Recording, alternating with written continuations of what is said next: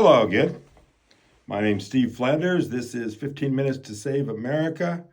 This is episode number 13. I'm going to talk about what it would be like to return the powers of self-government to the communities. Moral self-government is what I call it.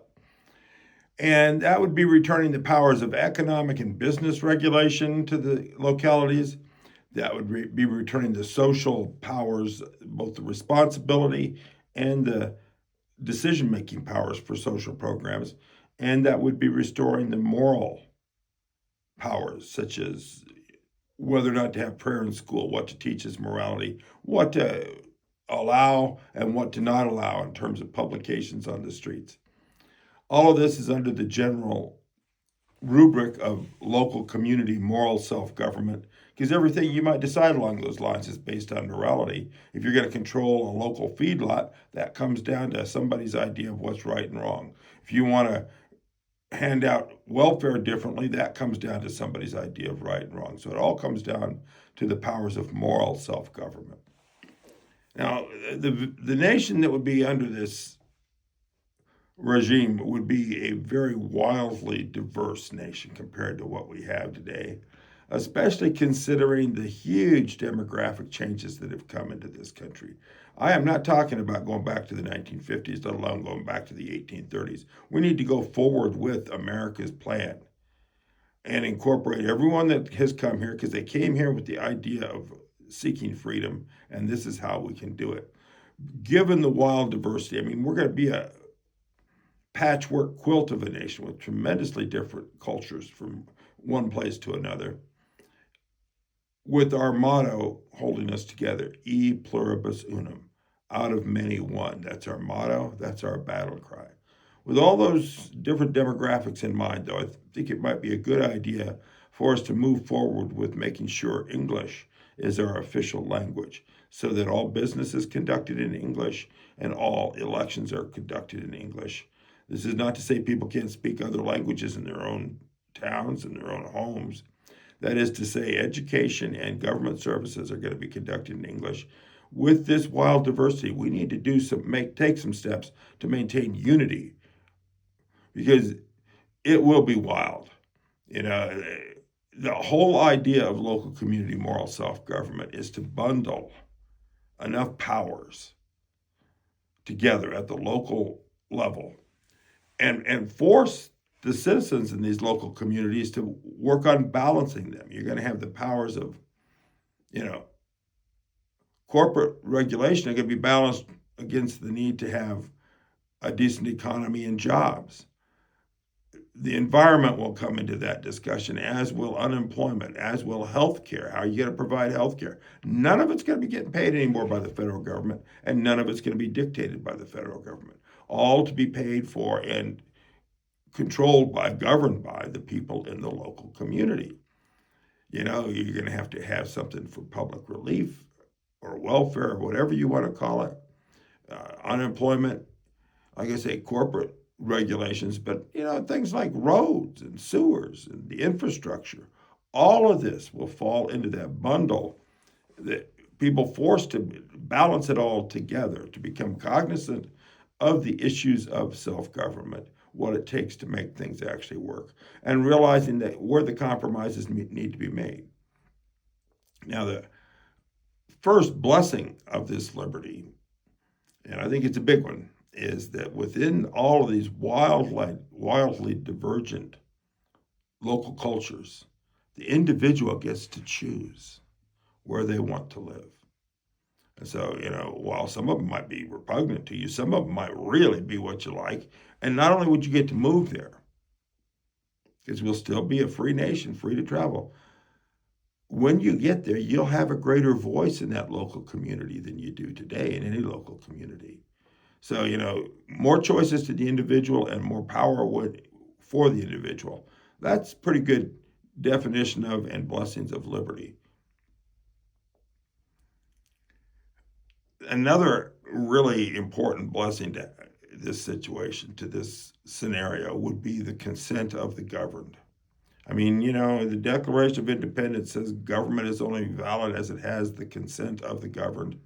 And That's kind of just a bedrock truth that is largely ignored in the world.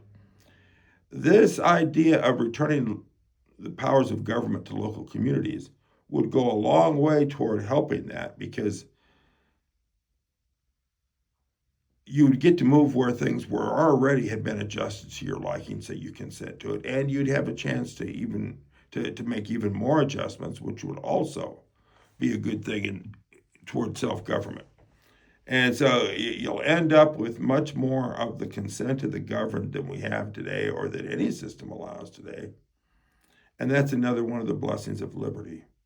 Yes, some would control press and speech much more than now. Some would control it less.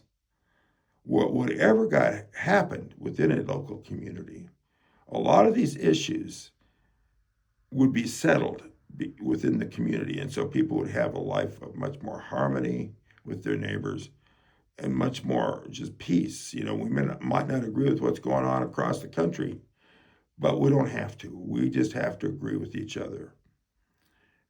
Some of these issues are not going away. Abortion and infanticide were controversial 1,000 years ago. I bet they're going to be controversial 1,000 years from now. You know, Gets into abortion, free love, and all that. Something that has come up more in the last 10 years is transgenderism. And I think that highlights to a T why it's very difficult to see how we could work these issues out as a with national moral government. Okay?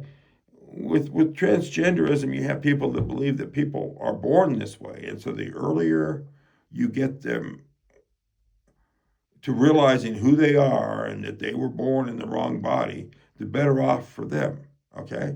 Other people think that's gender dysphoria. It should never even be mentioned, let alone brought up to and into the minds of young children. I don't see any way to compromise between those two beliefs. You're talking about how to educate children in kindergarten through 12th grade, and they're divergent. They're completely opposite ways of educating. Each side considers the other side an abomination. I don't see how you work that out except by restoring us to local community moral self-government, and the people that want to practice one side or the other of that can be free to within their own community, but not imposing it on the whole nation. In the end, you're going to have, a competition between communities, that you're going to see which have values that result in a society that is the happiest, most prosperous, and most sustainable.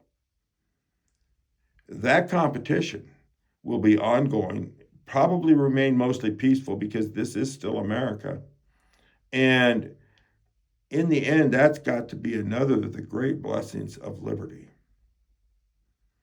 You know, while some people might think this is going to open the way toward communities of just absolute debauchery, once again, the federal government's not going to be paying for this stuff. You can allow San Francisco to have, acceptance of homosexuals and transgendered, but I tell you what, if they have to pay for everything out of the local purse, they'll modify some of their thinking. As it is, somebody comes down with AIDS, man, that's federal money coming into town. Somebody's transgender, that's federal money coming into town. None of it getting paid by the federal government. You got to look at all these federal relief programs and social programs like a huge pool of water. Everybody puts into it. Anybody that needs some can pull out of it, right? At the federal level, it resembles an ocean. There's so much water that nobody feels any guilt about taking it out. And nobody feels like anything, they've got to contribute to it. And it doesn't feel like anything any individual does makes any difference. When you bring that down to the state and local level, where instead of an ocean, it looks more like a pond. And if somebody's, going around and putting out and being a baby daddy and throwing out all kinds of illegitimate children that need the public dole to survive, you start seeing why certain behaviors shouldn't be tolerated, because it's going to make a community go bankrupt. Any community that allows wild morals to prevail and teaches people to be self-indulgent, if they have to pay their own bills, they will be bankrupt inside of a generation, and it'll be nothing but a ghost town. The only way a lot of this stuff gets maintained is if it's the big federal government paying for it, and therefore, we're running up, now $40 trillion in debt, and so nobody feels it. If it's at the local level, they start feeling it, and feeling what is going on morally in your community, feeling a responsibility and an obligation to pay for it is one of the real blessings of liberty. It connects people to their own beliefs, and that's once again going to come down to the competition between communities. Now, I haven't had time because this is a big subject, but I have yet to get into the greatest blessing of liberty. And that greatest blessing of liberty is the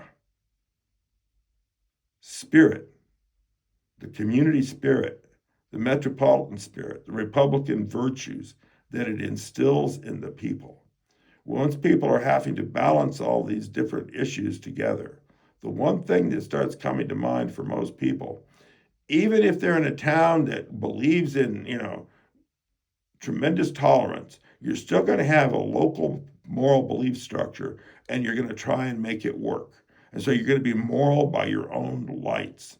And being moral by your own lights is it's going to cause a much increased sense of morality and citizenship in the people. We may not all agree on which morality, but within each local community, it's going to make a lot of sense. And over time, as people try to live morally, I believe they will find, some real advantages. I'm going to go into the whole idea of, the greatest blessing of liberty the next time. So for this time, I'm actually timing it this time, and I'm coming down close enough to the end that I'm going to say goodbye and go into my normal review. Thanks for watching. Be sure and follow or subscribe and copy this, copy and share these. Let's get people going, It's like, I know it's not high production values. I don't care. It's ideas. And ideas really need to matter more than high production values, because ideas are what's lacking. And hopefully these are supplying some for you. Thanks, and see you next time. Once again, Life in a Fascist Country.blogspot.com is the blog site. A whole bunch of different things there. Right in the middle is how and why to save America. And this particular post was LCMSG.html, Local Community Moral Self-Government. There's the whole sweep of what we've been going through so far. Clear down through loss of local community moral self-government, and now we just watched episode 13. There's going to be 14 and 15 on this subject, and then into a couple of others, and then we're going to start getting into the conclusions. Once again, and the conclusions are revolutionary. Thanks for watching. Be sure and share these. Thank you.